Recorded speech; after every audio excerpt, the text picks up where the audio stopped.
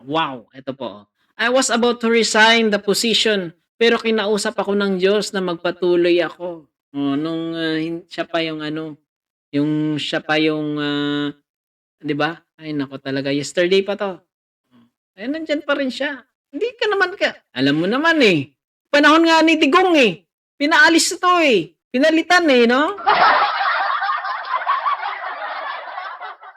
Hello po Sir Duarte Abirioso. Ayan po kasi may kamag-anak po na ang isa po doon na bata 'no, balikan natin yung topic natin po kanina.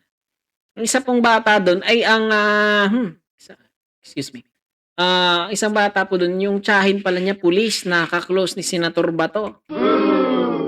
Kaya may arma siya. Yung isa naman ay parang ewan ko, security ang, kapatid, I don't know, parang ganun po. Pero aabangan natin po yung latest na kung ano, lalo na yung mayor po doon na si Sir Romualdez, Mayor Romualdez. Doon sa Tacloban, abangan po natin kung ano yung mga latest update po doon sa kaganapan doon sa Tacloban ng pamamaril ng dalawang, menor de edad. Eto, balik po tayo sa ano, oh, nakasulat dito "Sana all favorite ni Lord." Born again Christian po ito, eh, si Senator Alan Peter Cayetano. Mga pastor yung mga kasama nito at alam niyo po ba, ay mahal talaga 'to ng Diyos. Pero sana yung maka-Diyos po gawin natin na gagamitin natin yung pangalan ng Diyos sa tama. Hindi yung, sabi mo ano ka, alagad ka ng Panginoon, alagad ka ng Diyos, pero bakit ka na laging palaaway? Oo. Last topic na po natin ito. Bakit ka palaaway 'no? Feeling santo, eh, 'no? Pero actually 'no, eto, seryoso po tayo. Nakasulat din po sa Book of Acts, and who believes 'no, who believes 'no, sa Panginoon ay, tatawagin talagang santo. Ito ay dapat lahat palaaway, inaway si Senator Mig Zubiri, inaway sino pa yung nakaraang administrasyon, may kaaway din po ito si Senator Alan Peter Cayetano, eh, yung asawa nagsara ng lock ng ano, session hall. Yan ba yung ugali ng pagiging Kristiyano dahil malapit ka kay Lord, ganyan ba palaaway ka? Opo, hindi seryoso ang usapan, medyo patawa tayo dito pero seryoso.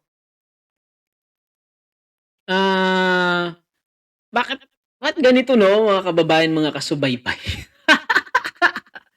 'no? Natatawa ako, eh, 'no, mga kababayan, mga kasubaybay, mga ka-sponsor, mga ka-ballpoint.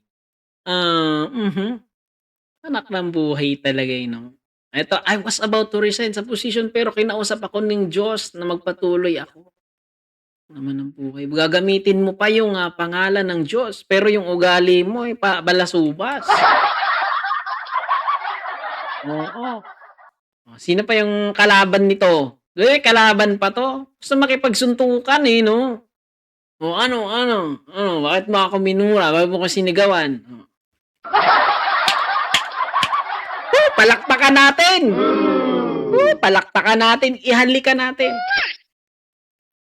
Saan ba 'to nagmana na 'to? Saan 'to nagmana? Anak ng buhay. Ginagamit mo pa yung,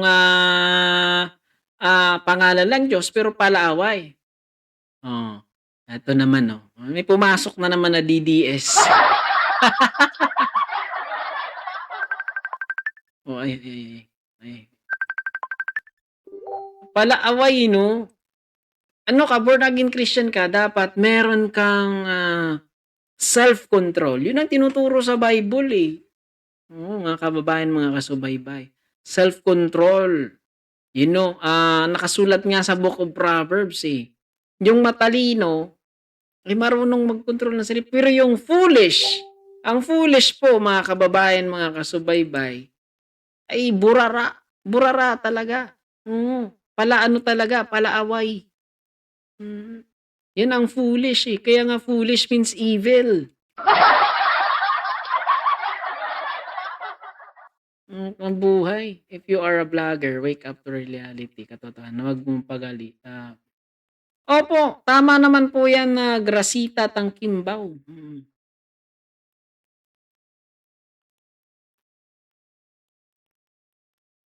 wala tayong inaapakan dito, pero ito 'no, hindi ako nang-aapak ng tao dito, Gracita, Kimbaw, ma'am, 'no. Ang sa akin lang, totoo tayo, lalo na ito, being a born again Christian 'no, kawawa na naman yung mga born again Christian dito. Kung ikaw ay Kristiyano, hindi ka dapat palaaway. Tama po ba?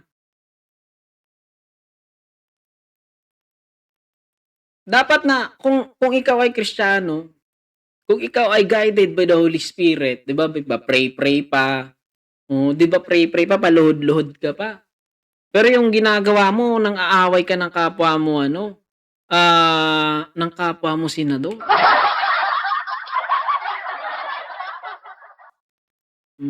Mga kababayan, mga kasubaybay. Mm. Alam mo, Mama Gracita Kiambao 'no, sabihin mo po 'yan sa mga DDS vlogger. Bakit? Grabe sila magmura, grabe sila manira, nagpapabayad sila. Ngayon dito mo sasabihin habang nagla-live ako dito, magko-comment ka diyan. Dun mo sa kanila sabihin. Yung DDS vlogger na 16 years old ang kinakasama, sabihan mo 'yon. Alam mo kung sino 'yon? Si Guevara? Yun ang sabihan mo. Masusupalpal ka lang dito, eh. Hindi kita inaaway po, ma'am, sinasabihan lang kita ng realidad. Oo. Minor de edad yun, eh. Tapos scammer pa yun. Anak ng buhay naman talaga, ma'am. Bago ka pumasok dito, magmuni-muni ka muna. Tulad nito ng ating Senador Alan Peter Cayetano. Kung Kristiyano ka, yung asawa mo, kung may ano rin, 'no, kung may ay nako, kung meron kang, code of conduct as a public official 'no, as a tagapaglingkod sa bayan, bakit mo sasarado yung session hall? Oh, anak ng buhay. Ito na, may isa na namang vlogger dito, Natalie Vlogger. DDS vlogger talaga tayo, utak. 'Di ba? Kung guided pala ni Lord, kinausap ka ni Lord ng Diyos na magpatuloy, kaya 'di magpatuloy ka, wag ka lang mang-away. Kaso masisira kasi yung mga pangalan mga born again Christian sa'yo, eh. Bilib ako dito. I am blessed sa life nito dati ng ating senador. Hindi dahil bias ako, nakikita ko kasi as a Christian, wag kang makipag-away. Lahat na lang ng kapwa mo senador inaaway mo, eh.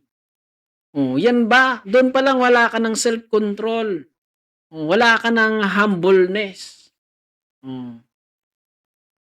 Tapos may mga pastors pa na mga kagrupo nila dito.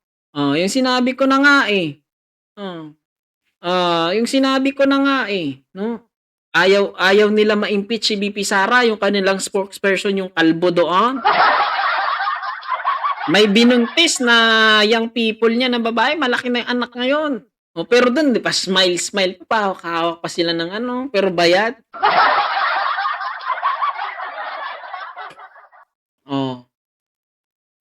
'Di ba, mga kababayan, mga kasubaybay? Ganun ba yung pagiging Kristiyano? Ganun ba yung pagiging pastor? Mga pastor kasama mo, pero yung mga pastor na kasama mo mga lasinggo.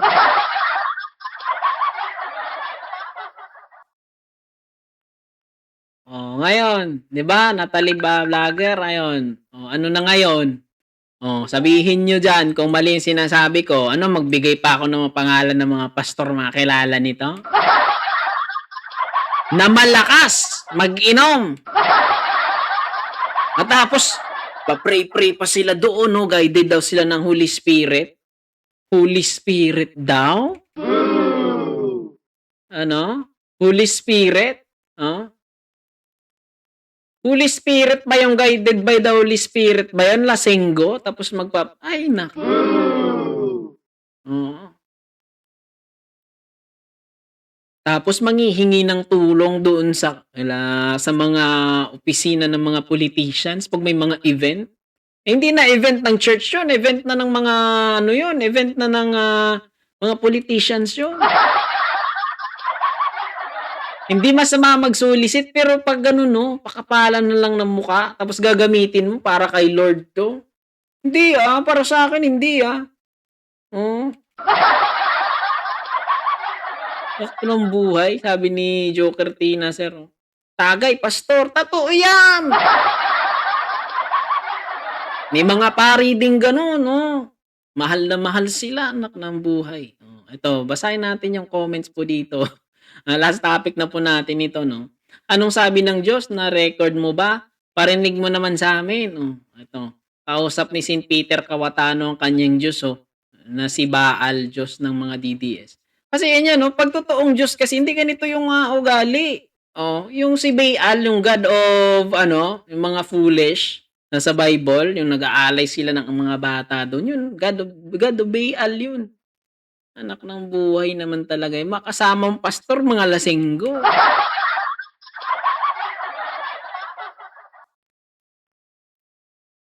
Sige sabihin mo diyan Gia Taban 'no, sabihin mo.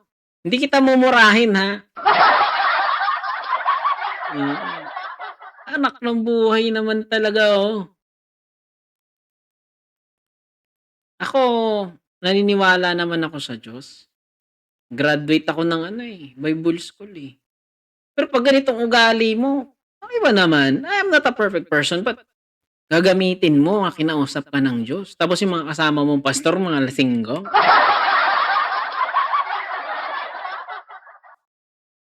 Eto para basta DDS 'no, suitcase talaga yung labas sa kanilang bunganga. Mahilig talaga kayo sa maleta,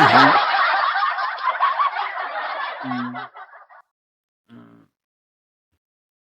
ah, 'di ba? Tapos ano pa,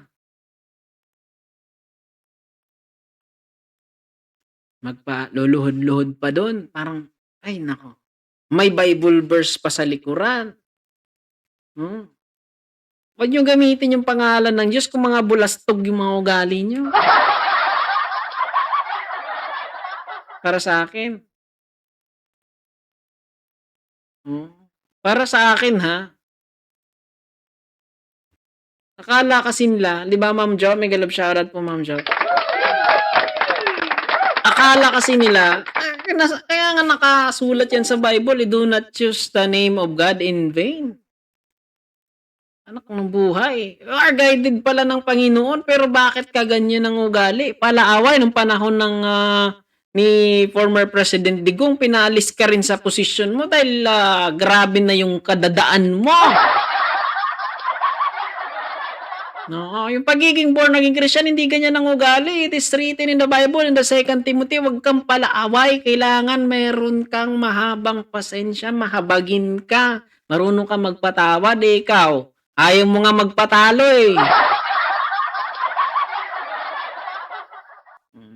Ito ginagamit, ito, Sir Natalie Vlogger 'no. Ginagamit kasi yung pangalan ng Diyos dito. Anak 'no, I was about to resign sa position pero kinausap ako ng Diyos na magpatuloy ako. Kaya ako masakit akong magsalita basta sa totoo lang. Oo, masakit akong magsalita para basta totoo lang. Masakit akong magsalita. Hindi naman ako perpektong tao, Kahit nag-graduate ako ng Bible school, hindi ako perpektong tao pero wag mong yung gamitin yung pangalan ng Diyos 'pag, hipokrito kayo. 'Pag hipokrito kayo, gagamitin yung pangalan ng Diyos, wag na. Lalo lang kayo talagang kawawa, anak ng buhay. Hindi ko kayo mumurahin diyan, pasok lang kayo diyan sa comment section. Mabait ako, sa lagay na 'to.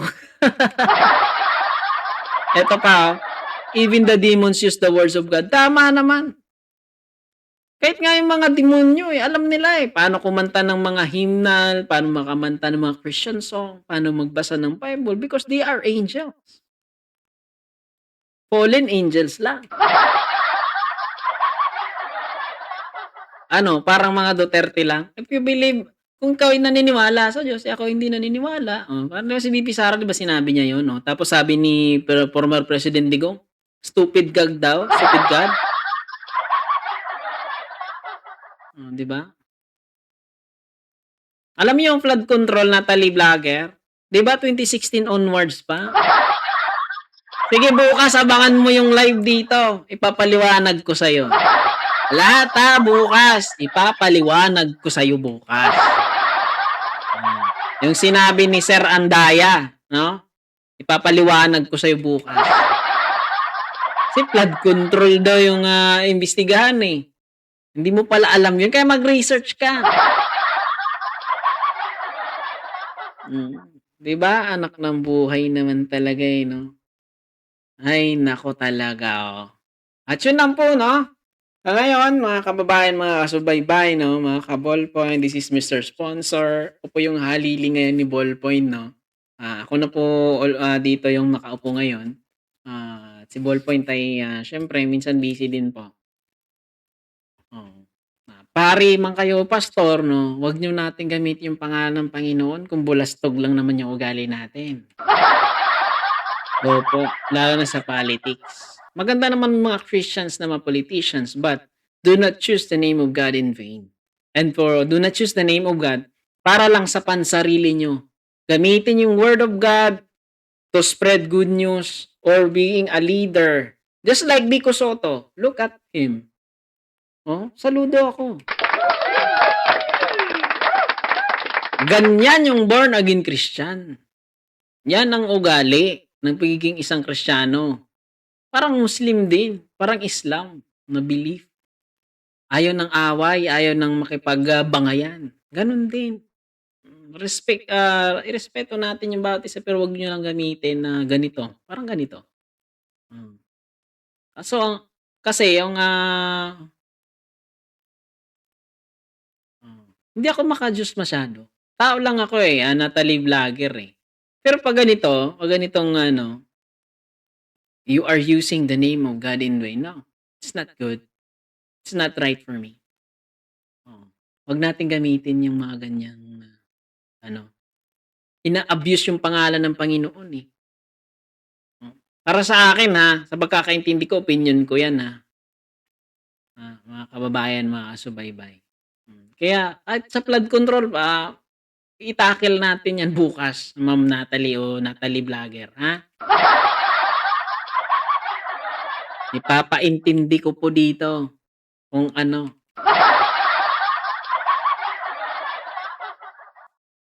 Oo. Kaya nga sabi nga ni Digong yung magkita na lang daw sila sa impyerno. Grabe 'no. Sabi ng Duterte 'di ba gano'n din sabi ni VP Sara, siya daw yung Queen of Health. Anak ng buhay. Kaya yun lang 'no. Pero yun lagi kong sinasabi mga kababayan, mga kasubaybay. Mga